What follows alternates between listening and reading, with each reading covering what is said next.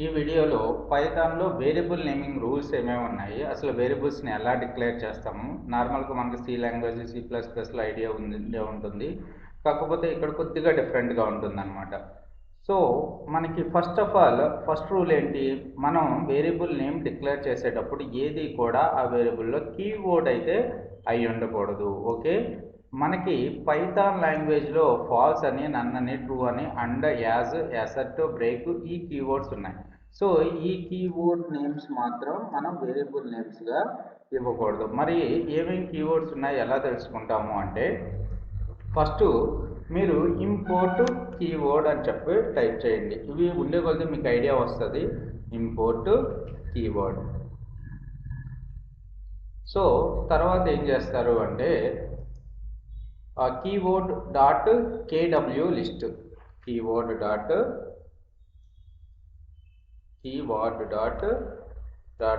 కేడబ్ల్యూ list. ఈ విధంగా మీరు టైప్ చేస్తే మీకున్న కీవర్డ్స్ అన్నీ కూడా డిస్ప్లే అవుతూ ఉంటాయి.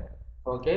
సో ఫస్ట్ వేరియబుల్ నేమ్స్ చూద్దాం. ఇప్పుడు నేను num1 అనే ఒక వేరియబుల్ని క్రియేట్ చేశాను. num1 equals to 10. So print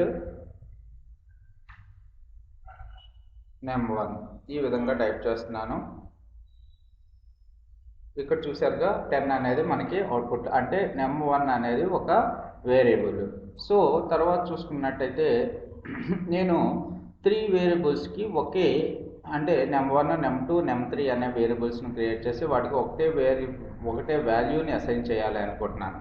so అలాంటప్పుడు మనం ఎలా చేస్తాము అంటే num1 equals to 2 equals to num3 equals to 10. So ఇప్పుడు 3 నెంబర్స్కి మనకి 10 అనేది అసైన్ అయింది. num3 చూడండి 10 అనేది అసైన్ అయింది. ఇంకా చూసుకున్నట్టయితే అలాగే మనం 3 వేరియబుల్స్ని ఒకేసారి డిక్లేర్ చేసి డిఫరెంట్ వాల్యూస్ అసైన్ చేయాలి. ఫర్ ఎగ్జాంపుల్ ఇక్కడ నేను ఏ అనే వేరియబుల్ని క్రియేట్ చేస్తున్నాను. ఇక్కడ చూసుకున్నట్టయితే కామా అనే ఆపరేటర్ని యూజ్ చేసుకుంటాను. ఏ కామా బి కామా సి 3 వేరియబుల్స్ని తీసుకున్నాను. ఈక్వల్స్ టు ఫస్ట్ ఏకి నేను 20 అనే వాల్యూని అసైన్ చేస్తున్నాను. సెకండ్ బికి సబ్స్క్రైబ్ అనేది అసైన్ చేస్తున్నాను. థర్డ్ వేరియబుల్కి ట్రూ అనేది అసైన్ చేస్తున్నాను. ట్రూ అంటే బూలియన్. చూడండి ఇప్పుడు ప్రింట్ఎఫ్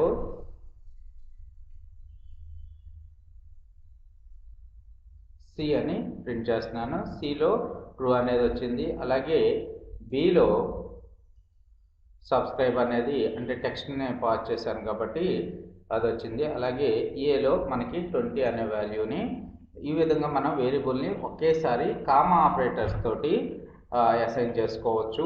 తర్వాత చూసుకున్నట్టయితే మనకి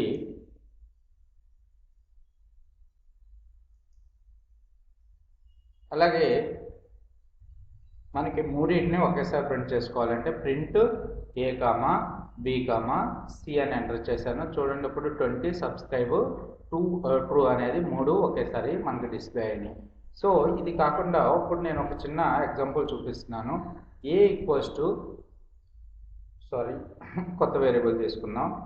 num1 ఈక్వల్స్ టు 5000 అని అసైన్ చేశాను. అలాగే name equals to VLR training అని అసైన్ చేశాను. ఇప్పుడు num1 ఈక్వల్స్ టు నేమ్ అని అసైన్ చేస్తున్నాను. ఇప్పుడు మనకి num1 ఏముంది, 5000 ఉంది, కానీ నేమ్లో విఎల్ఆర్ ట్రైనింగ్ ఉంది. ఇప్పుడు num1 ఈక్వల్స్ టు నేమ్ అంటే మనకి ఏమవుతుంది, ఇప్పుడు num1లో ఏమొస్తుంది,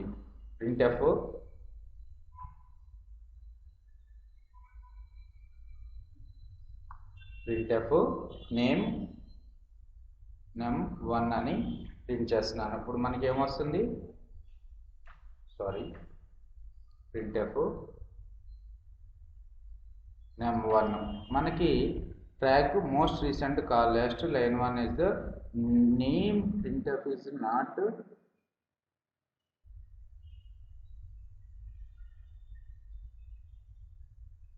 నాట్ డిఫైన్డ్ అని చెప్పి మనకు వస్తుంది. ఇక్కడ చూడండి, ఏకి 30, బికి 6, ఏ ఈక్వల్స్ టు బి. యాక్చువల్గా నేను ఇంతకడ ప్రింట్ ఎఫ్ అని ప్రింట్ చేశాను. యాక్చువల్గా ఇక్కడ print function. So a equals to 30, b equals to 6, a equals to b. యాక్చువల్గా మనం ఇనిషియల్గా ఏలో ఇంటీజర్ని సేవ్ చేసాం, బిలో క్యారెక్టర్ని అంటే స్ట్రింగ్ని సేవ్ చేసాం. కానీ ఏ ఈక్వల్స్ టు బి అంటే ఇప్పుడు బి అనేది వచ్చి ఏలో సేవ్ అవుతుంది. ఇప్పుడు ఏ వచ్చి ఏమవుతుంది మనకి, ఏ వచ్చేసి ఆర్. అంటే ఇక్కడ టైప్ మీరు అంటే మనకి సి లాంగ్వేజ్లో ఎలాంటి పాసిబిలిటీస్ అనేవి ఉండవు. ఇక్కడ చూసుకున్నట్టయితే ఈ విధంగా కన్వర్ట్ చేసుకుంటూ వెళ్ళిపోతుంది. సో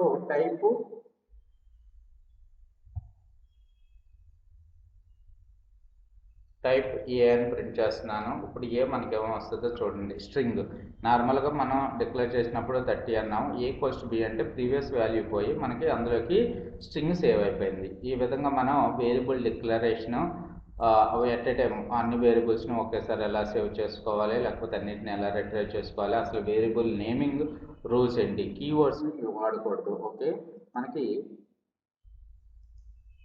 కీవర్డ్స్ అనేది చూపించాను నేను ఇక్కడ ఫాల్స్. సో మీరు కావాలి అనుకుంటే ఈ విధంగా కోడ్ రాసుకొని మీరు కీవర్డ్స్ అన్నిటిని కూడా తీసుకోవచ్చు. Keyword import keyword dot కేడబ్ల్యూ list. మీరు దీన్ని కాపీ చేసుకోవాలి అనుకుంటే ఇక్కడికి వచ్చి మార్క్ చేసుకుని, లేకపోతే సెలెక్ట్ ఆల్ తీసుకుని మళ్ళీ ఇక్కడికి వచ్చి ఎడిట్ కాపీ తీసుకుని మీరు ఎక్కడైతే సేవ్ చేయాలనుకుంటున్నారో అక్కడ సేవ్ చేసుకోండి. Thanks for watching this video. మీకు ఈ వీడియో నచ్చినట్టయితే లైక్ మీద ప్రెస్ చేయండి. అలాగే ఈ ఛానల్ని సబ్స్క్రైబ్ చేసుకోవడం మర్చిపోకండి. Please share this video to your friends. మీ ఫ్రెండ్స్కి ఎవరికైనా ఆన్లైన్ ట్రైనింగ్ కావాలి అనుకుంటే నా నెంబర్ని ఫార్వర్డ్ చేయండి. ఏ కోర్స్కైనా సరే ఆన్లైన్ ట్రైనింగ్ మనం ప్రొవైడ్ చేస్తాం.